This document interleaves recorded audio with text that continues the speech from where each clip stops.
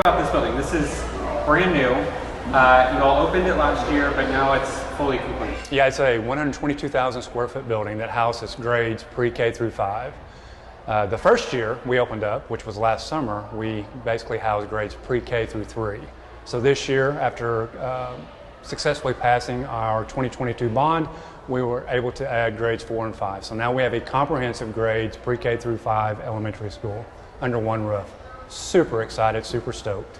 What were some of the elements that you wanted to add in this building that you didn't have in your last building? Yep, so you have a state-of-the-art innovation lab. It's absolutely beautiful. Matter of fact, it's right below us. You can do drones, you can work on drones, you can do robotics. I mean, it's a state-of-the-art 21st century innovation lab that kids they get to explore. And tell me a little bit about the need for this building, why you all wanted to do the bond and get this passed and get this built. Yeah, so this started, 3 years ago, matter of fact, with 2 different bond propositions. And so when you look at the facilities or the structures within Catoosa Public Schools, you have buildings that are 80 plus years old. And so we recognize the fact that we want to expose, or we want to provide environments not only for our teachers but also for our students to just really thrive in.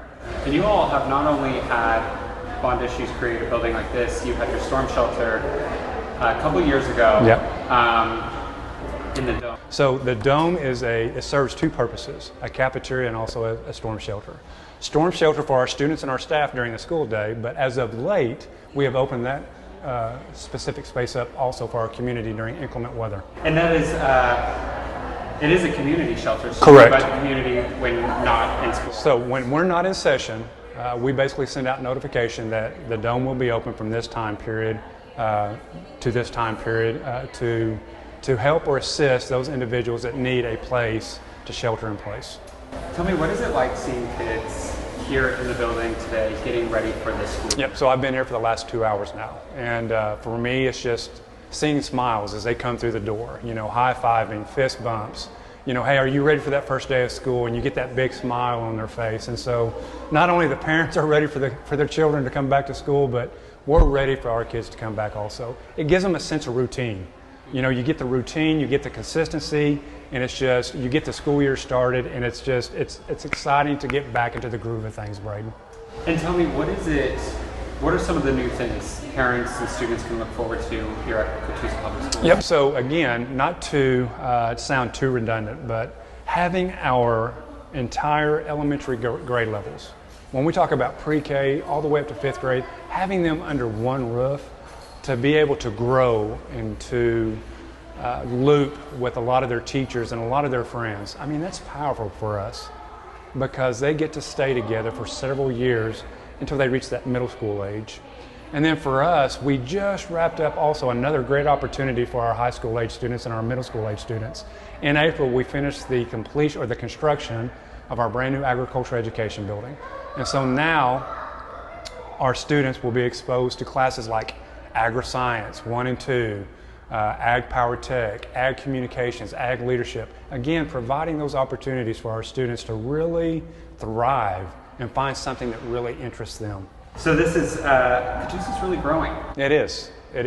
And so for us, we're trying to proactively prepare by not only looking at capital improvements and facilities and things of that nature, but also opportunities.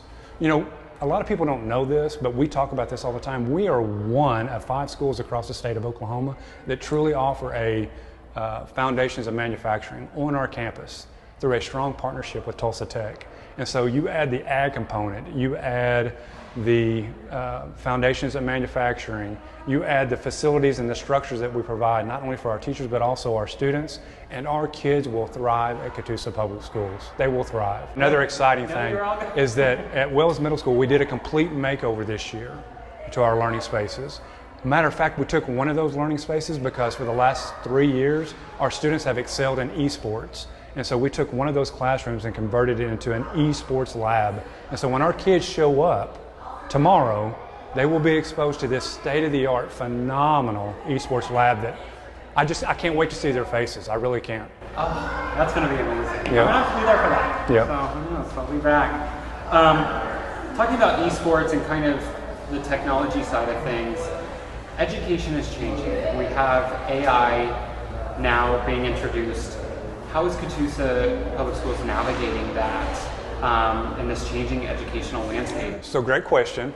We're just kind of on the outskirts of it right now. We're exploring policies, we're exploring regulations, we're exploring legislation, we're partnering with other districts, with other administrative organizations and things of that nature to really find out how does that look like within our district and what will that look like in our district, what will that look like in our classrooms. And so we're right on the cusp of just really diving into AI. And you were telling me about your 4-day week. You all were some of the first here in the state to Correct. embrace this. Tell me a little bit about that and why that decision was made to go to a 4-day week. Yeah, so 10 years ago, Catoosa Public Schools decided to adopt the 4-day week model, simply as a cost savings measure. But over the years, we have found out too that it helps with mental health and well-being. And so it gives our teachers and it also gives our students the opportunity to reset before that grind of Monday, Tuesday, Wednesday, and Thursday gets here. And so this community has truly embraced that model, the 4-day school week model. And it's something that we're going to have to look at over the next couple of years because, again, a lot of the virtual days that we have built in within our calendar lend itself to a 4-day school week. And we know and we understand and we recognize that we're going to have to explore different options in the coming months. But it's me meeting with principals, it's me meeting with community members, it's me meeting with business leaders, it's me meeting with teachers and even students. How bad do we want to protect the 4-day school week? And what do we need to do to protect the 4-day school week? Because something as a superintendent at Catoosa Public Schools, and this is something that I do my best to sell the message around, and that is the importance of mental health and well-being. And so we ask our staff and we ask our students to do a lot Monday through Thursday. They need the opportunity, just like everybody else, to have family time and to have reset time so that they can give their very best Monday through Thursday. I kind of want to get into the legislation side of things. Okay. We've had a lot of conversations recently about on the state level going down on some of the legislation. How are you all navigating this new social studies standards that are being passed down from the Oklahoma State Department of Education? And so I'm glad you asked this question. It's not that I'm going to try to skate around it, Braden, okay? It's like I told my teachers yesterday as I welcomed back 150 teachers and 40 support personnel yesterday. Let me handle all of the noise that's taking place on the state level and also the national level. There's a lot of curricular chaos out there involving social studies standards or religious type text or things that are just happening across the state level that creates a lot of noise. And you know as well as I do, Braden, all of that noise sometimes is hard to navigate as a district, as a superintendent, even as a classroom teacher. I need my folks to show up and embrace the joy of teaching and learning. That's what I need them to do. On the back end, let me handle all of the noise that's taking place across not only our state right now, but also on the national landscape. The social studies standards is something that, again, we're going to have to specifically sit down and explore because we are a standards-based district in which we will look at Oklahoma academic standards as it relates to each one of our classrooms. But again, I want to make sure that we're doing what's right by our teachers and also our community as well.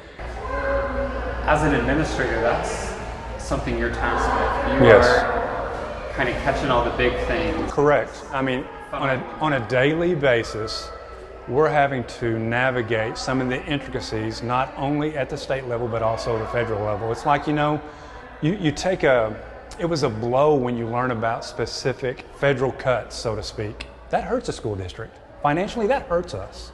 When you learn about certain mandates that we were not allowed to, we didn't budget for, whether it be providing child nutrition for every one of our kids in our district. And so again, we have to navigate those things carefully as we go throughout the 25-26 school year. It's not that we're opposed to this stuff. We're not. It's just there are certain things that we plan for prior to all of this legislation and all of this mandate and directives. We have to be prepared as a school district. You actually touched on my next question, which was about the lunches. Right. And How are you all navigating that this year? I'm going to be real simple with you, Braden, okay? We will not let a child go hungry at Catoosa Public Schools. I'm going to say that again. We will not let a child go hungry at Catoosa Public Schools. So any child who needs food, they'll get? They will get food, I can assure you. And then another thing that we've been hearing about is the cell phone ban. Correct. What is Catoosa's cell phone policy? Yep, so basically the same policy they've had over the last several years. It's just now it's going to have a little bit more meaning behind it. I worked really close with our state senator, Allie Seifert. I mean, she did a phenomenal job putting this bill together. I totally agree in regards to what her motive is behind cell phones. I can tell you this much. This is going to be a plus for Catoosa Public Schools. This is going to be a plus for any school district in the state of Oklahoma, just simply because they are a distraction. When I have administrators dealing 2, 3, 4 hours navigating investigations because of cell phone use in the classroom or inappropriate use in the classroom, that's a problem. That is a problem. And so for us, we're embracing this. We have open arms. We're embracing this policy. And so there's levels of consequences, of course, but you know, it's not that a student at Catoosa Public Schools can't have a cell phone. They just can't have it on during the day. They can have it on their person, Braden. No questions asked. But they just can't use it when the time they step into the building, by the time they leave in the afternoon, they cannot have their cell phone on. And I think there's a misconception. It's like, you know what? A lot of parents have voiced concerns and opinions to not just me, but area administrators and state administrators. It's like, no, my child will have a cell phone. Yes, your child can have a cell phone, but it just cannot be on during the day because it is a distraction. I think that's such an interesting point, especially because a lot of the counter arguments are about safety and Correct. What happens. And we embrace that. Yeah. Have your cell phone on. Just don't have it out during the day and don't use it during the day. It's real simple. We also heard about the mobile panic alert system. Can you tell me about that? Tell me about your safety and security. Yep, so we do have a very robust safety and security, I guess you could call it crisis plan or management plan at Catoosa Public Schools. We're fortunate enough to partner with the Rogers County Sheriff's Department. We partner with them for 2 school resource officers that do a phenomenal job for us. We also, 2 years ago, embraced the rave panic button. Okay, so every one of our staff members, every one of our administrators, every one of our district leaders utilized the rave panic button. And that was something that came across early in the summer that was not going to be funded until we recently found out that it was. And so major funding issue as it relates to the rave panic button. And so I applaud our legislators, I applaud our state continuing with funding the rave panic button. We have protocols in place, and of course, you know, for safety and security of our district itself, Braden, you know, I'm not going to get into all those specifics with you, I'm just not, but I'm telling you the resources that we have in place and the measures that we have in place and the resources that we have at our disposal, I feel confident that we have done a nice job over the last, I want to say 3 years, possibly even 4 years, bringing safety and security to our #1 priority for our district. And I kind of want to talk about staffing a little bit. Okay. You know, we've seen staffing shortages in other districts. How is your staffing looking this year? Catoosa Public Schools is fully staffed. Really? Yeah, Catoosa Public Schools is fully staffed, minus maybe a couple of support personnel, but as far as certified teaching staff and administrative staff, we are fully staffed at Catoosa Public Schools. We are ready to start tomorrow morning with a teacher in every classroom. Was that a goal that you all had this year? So I have 3 great principals that I work with on a daily basis. And so it's us collaborating at the beginning of the summer. As soon as school closes in May, we start the staffing process. And so that means that we're constantly getting the word out, we're constantly communicating, we're reaching out to our connections. You know, it really entices a lot of people with the 4-day week. You know, when you throw a 4-day week out there, you get a lot of applications when it comes to certified teaching positions. And so we start the process early. We communicate early and we communicate often. And so I would say by midsummer, we were probably about 97, 98% fully staffed. We had a couple stragglers that we needed to pick up a little bit, but other than that, we're starting class tomorrow with a teacher in every one of our classrooms. That's amazing. We're stoked, we're excited. Yeah, that's a... Because I do. I mean, I've been doing this for a long time. And sometimes there's a lot of districts across the state right now that cannot honestly say that they're fully staffed. but it's a testament to those 3 leaders that we have in each one of our buildings. You mentioned mental health, Okay. and something we're seeing, especially with online presence, is bullying in school districts. How do you all navigate bullying and address issues when they come up? Yep. And so again, this kind of ties into the no sale bell to bell, because a lot of that, what we call cyberbullying, was taking place. It goes back to those 3 or 4 hour investigations that a lot of our principals had to navigate. Because anytime that we receive a bullying complaint or a bullying concern, we act on it immediately. And so that means that it takes a lot of time to get to the bottom of it so that we can address it. Now, we'll tell you this much, we do have a tight filter within our district. And so that means if there's any signs or any indications, because every one of our students also has a Chromebook. And so anytime that we see an indication of red flags, if you will, we're on top of that as well. And so we try our best, Braden, to have a strong handle on it. Do we miss the mark sometimes? Absolutely. There's not a district that's going to be perfect on it. But if it's brought to our attention and if we know about it, I promise you we will address it swiftly.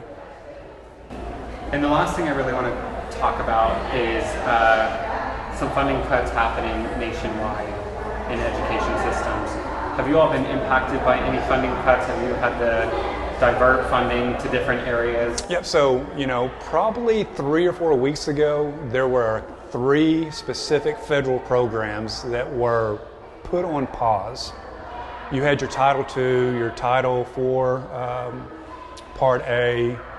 You had some federal funds that were basically either cut or reduced, or they were just put on pause. As of late, I've been notified that those funds are going to be coming back through the State Department of Education.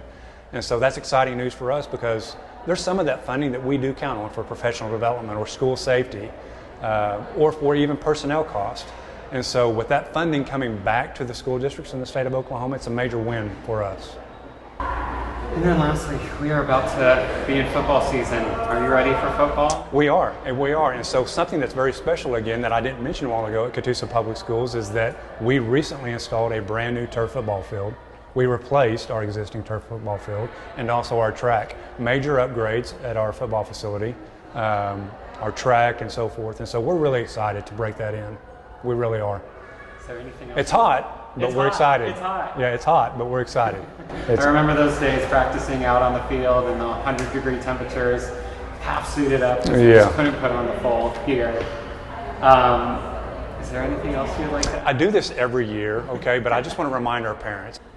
When we talk about student drop-off and pickup, I need my parents and I need our students and I need everybody involved to be empathetic, to operate with grace, to be patient, because navigating 900 kids in one building during a drop-off or pickup time sometimes is unbearable.